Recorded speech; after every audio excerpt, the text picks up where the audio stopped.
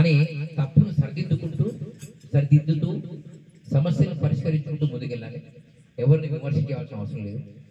భగవంతుడు అనేవాడు నీ లోపల ఉంది కాబట్టి శ్వాస లోపలికి వస్తుంది. అదే అమ్మవారి తత్వం.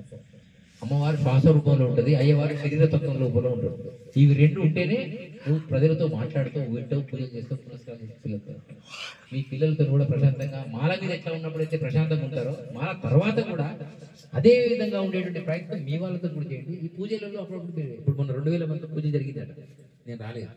అంటే పాపం నా నంబర్ ఆయన దగ్గర లేదు, నేను ఎవరు కొడితే నంబర్ ఇవ్వలేదు, ఈయనకి ఇవ్వలేదు. మొన్న కలిసినా కూడా ఇవ్వలేదు. ఎందుకంటే ఎప్పుడు ఫోన్ చేసి ఎన్నో ఉంటాను బిజీ. నా ఒక్క ఫోన్ వచ్చిందా 50 మిస్ కాల్స్ ఉన్నాయి ఇప్పటికి, ఒక్క ఫోన్ కూడా తీయలేదు.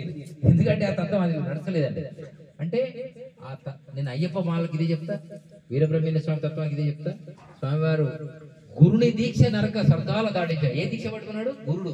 శివుడే గురువు అని నువ్వు దాక్ష చేయమన్నాడు, లేదా బ్రహ్మవేద దీక్ష అని నువ్వు వేయమన్నాడు. అయితే మాలాధారులు అందరూ కూడా అందరికి గురువులు దొరకరు. కొంతమంది తల్లిదండ్రులతో కూడా వేయించుకోవచ్చు మాల. చిన్న పిల్లలు పసిపిల్లలతో కూడా మాల వేయించుకోవచ్చు. లేకపోతే ఖచ్చితంగా గురువే ఉండాలని లేదు. అదే గురువు అనుకొని మీరు వేయాలి. శివుని ముందు నంది ఉన్నది. ఈ నందిని పందుల్లాగా పోస్తున్నటువంటి జాతులు వీరుకున్నాయి, తెలుసు కదా. మా హైదరాబాద్ లో అల్కబీర్ అనే సెంటర్ లో ఆవులను కోస్తా ఉంటారు. ఎద్దులను కోస్తా అని సెంటర్ పెట్టి ఆవులను కోస్తారు. అరే ఎద్దును కోస్తే ఆవులు ఉంటాయా? ఎద్దుతోనే ఆవు పుట్టేది. మరి దాని తప్పని ఎవరు ఇచ్చాడు? కాంగ్రెస్ ప్రభుత్వం ఇచ్చింది అప్పటికాలంలో. సరే బీజేపీ వచ్చి 11 సంవత్సరాలు లేదు. ఎందుకు ఇస్తలేదంటే ఈ దేశం నుంచి మధుమాంసం ఎగుమతి కావాలి కాబట్టి మీ దేశం నుంచి పెట్రోల్ మాకు దిగుమతి కావాలని మనం బాండ్ పేపర్ రాసుకున్నాం. మన పెట్రోల్ అవసరం లేదు అనుకుంటే ఈ దుకాణం బంద్ అవుతుంది, కోడి కోసులు బంద్ అవుతుంది. చెప్పండి కొట్టండి. అంటే ఆవులను రక్షించడమే కాదు, దాని ఎందుకు అది జీవం రావడం లేదో కూడా మనం ఆలోచన చేసుకోండి. మరి మీ అందరినీ నేను బాధ పెట్టినా, కింద కూర్చున్నారు. బాధ పెట్టినా అంటే అర్థం ఏంటంటే పూజ టైంలో ఆపేసినాం తప్పే, కానీ ఆ గురించి నేను మాట్లాడుతున్నా. నాన్న వీరబ్రహ్మేంద్ర నేనేది స్వయంగా నా పద్యాలు ఏమి కూడా ఈ బుక్ తెరిచి చూసి నా ఒకటేనా 700 పద్యాలు ఉన్నాయి, ఇలా 100 పద్యాలు ఉన్నాయి. నేను 700 పద్యాలు శ్లోకాలు అనర్గళంగా చూసి చెప్పకుండా మాట్లాడతాను.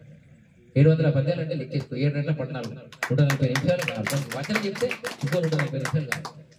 సో పోయిన సంవత్సరం శివరాత్రి రోజు శివోహం అనే కార్యక్రమం పెట్టింది 8 టీవీ శివోహం అని కొట్టాడు.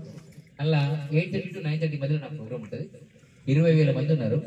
నేను వస్తున్నానే 8 వరకు కూడా తెలియదు. నాకు ఎవరో ఫోన్ చేసి సడన్ గా కార్లో ఎక్కించుకుని అక్కడికి వెళ్ళారు. అంతే, మీరే దీనికి విఐపీ అని ఆడికి వెళ్ళేసారు. నా బ్యానర్ ఫోటో అన్నీ ఉన్నాయి. అదేంటి నాకు చెప్పలేదంటే మీరు శివరాత్రి నాడు బిజీ ఉంటారు కదా సార్, మీరు టైం ఇయ్యరు, అందుకనే మేము మీ టైం మేమే తీసుకున్నాం. నన్ను వేరే దగ్గర పంపిస్తామని తెలుసుకుపోయారు. 8 టీవీలో గంట సేపు మాట్లాడినా శివరాత్రి అనేటువంటిది ఎందుకు చేస్తున్నా, శివరాత్రి యొక్క లక్ష్యం ఏంటి చాలా మందికి తెలియదు. ఏదో అభిషేకాలు చేస్తున్నారు, స్వామిని 12 గంటలుగా చూడాలని మీద పడుతున్నారు. 12 గంటలుగా చూడు కాదు, శివరాత్రి నాడు మనం చేయడానికి కారణం ఏంటంటే ఆయన మనం బతకడానికి కాలకూట విషయాన్ని తాగితే నిషాలోకి వెళ్తే మళ్ళీ బయటికి రావాలి స్వామీజీ అని, శంకరుడు బయటికి రావాలని మనము నిత్యం జపం తపము మాలలేసి భక్తితో అదే ఆ తర్వాతని మాలలు వచ్చినాయి.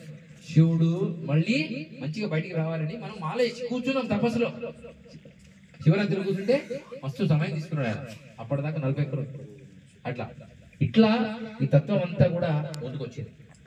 అలాగే మీరు రోజు ఒక్కసారి ఈ ఏరియాలో ఎంతమంది ఉన్నారు? మీ యొక్క చోటుపల్ల మీకు తెలిసిన వాళ్ళు ఉంటారుగా. భిక్షాటన కింద అంటే గురుతత్వం కింద నేను RSS లో గురు పూజ మహోత్సవం ఉంటుంది, మీకు తెలుసు కదా. సంవత్సరానికి ఒకసారి గురు పూజ మహోత్సవం జెండా కాషాయ జెండా వాటి అక్కడ ఒక ఉండి పెడతాడు. ఆ ఉండి దేనికి తెలుసా? ధర్మానికి ఎవడైనా దానం చేయాలనుకుంటే వచ్చి ఆ ఉండిలోనే వేయాలి. పేపర్ రాసి ఒక లిపాప్ ఇస్తారు, డబ్బులు పెట్టాలి, పేరు రాశాలి వేయాలి. పేరుకి ఇప్పుడు స్టేజీల మీద రిజిస్టర్స్ ఉండవు. అలా ఇప్పుడు మీకు తెలిసిన వాళ్ళందరికీ ఈ సమయంలో మీరు భిక్షాటన చేసిన నష్టం లేదు. దీన్ని గుడికి వాడాలి, ఈ మీ గురువుకు వాడాలి. ఎంత వసూలు చేస్తారో చేయండి. ఇదే టైంలో ఈ 41 రోజులలో ఇంత పవర్ మీకు పోతుంది. మీకు ఎవరి ద్వారా అయితే వస్తుందో వారి ద్వారా మీరు తీసుకోండి. అదే మీ దగ్గర కూడా 20 సార్లు 11 సార్లు వేసిన వాళ్ళందరూ గురుస్వాములు అయిపోతారా లేదా?